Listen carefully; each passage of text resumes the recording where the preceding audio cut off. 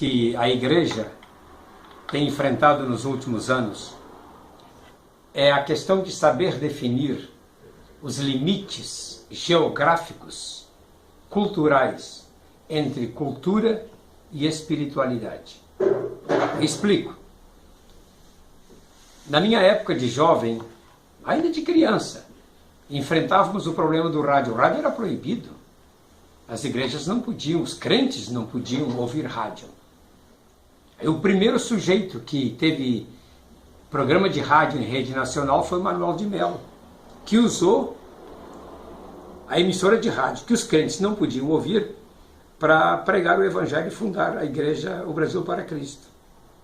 Depois nós começamos a enfrentar o problema da televisão, ainda naquela época do branco e preto, em que os comerciais eram feitos ao vivo e as igrejas eram proibidas. Aquilo ali vinha do inferno.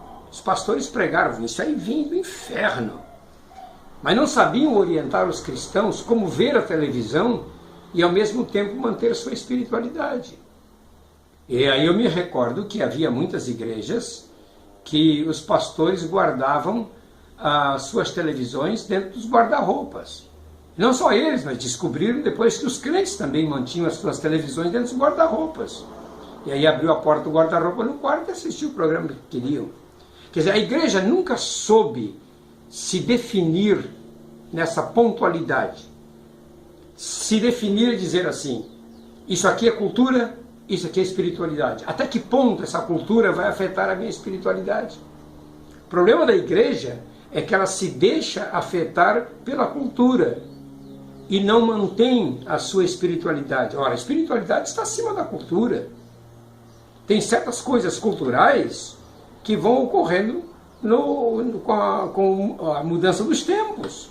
No tempo de jovem, a gente usava aquela calça boca de sino que tapava todo o sapato. Aquilo era moda. Depois desapareceu. As mulheres usavam um coque com um bombril dentro do cabelo para aparecer aquele coque bem grande. Essas questões culturais, essas coisas passam. Como o apóstolo João mesmo disse, o mundo passa e também as suas ambições, suas concupiscências. Essas coisas vão passando. E a igreja tem que saber que espiritualidade é uma coisa. Agora, hoje se converte na igreja os jovens com as orelhas dilatadas, com aquelas argolas enormes dentro da orelha e se convertem todos tatuados. E o que fazer com eles? Não pode dirigir o louvor porque tem a orelha aberta. Não pode dirigir o louvor porque tem os braços tatuados. Mas o que fazer? Essa gente se converte. Então o pessoal não sabe definir essa questão da tatuagem e essa questão da cultura. A cultura da tatuagem é uma cultura recente, que assim como veio, vai desaparecer. Dentro de algum tempo vai ser feio tatuar o corpo. Hoje é bonito. Os jogadores e artistas têm os braços todos pretos, tatuados, coloridos. Mas passa. Mas o que não deve passar é a questão da espiritualidade. E o que você tem que fazer na sua vida é saber manter a sua espiritualidade. Quanto tempo você gasta todos os dias nas redes sociais, examinando os seus amigos em todos os tipos de redes sociais disponíveis, sem contar no e-mail, sem contar em pesquisas na internet, mas quanto tempo você gasta? E aí sim a espiritualidade é deixada de lado. Então nós precisamos aprender a conviver no mundo em que o fluxo cultural é muito grande e muito intenso e ele vai abafando a nossa espiritualidade. Ao inverso, nós devemos viver no meio dessa cultura toda, mas nunca abandonar a espiritualidade que a palavra de Deus nos traz. Nunca abandonar a oração, nunca abandonar a comunhão com Deus.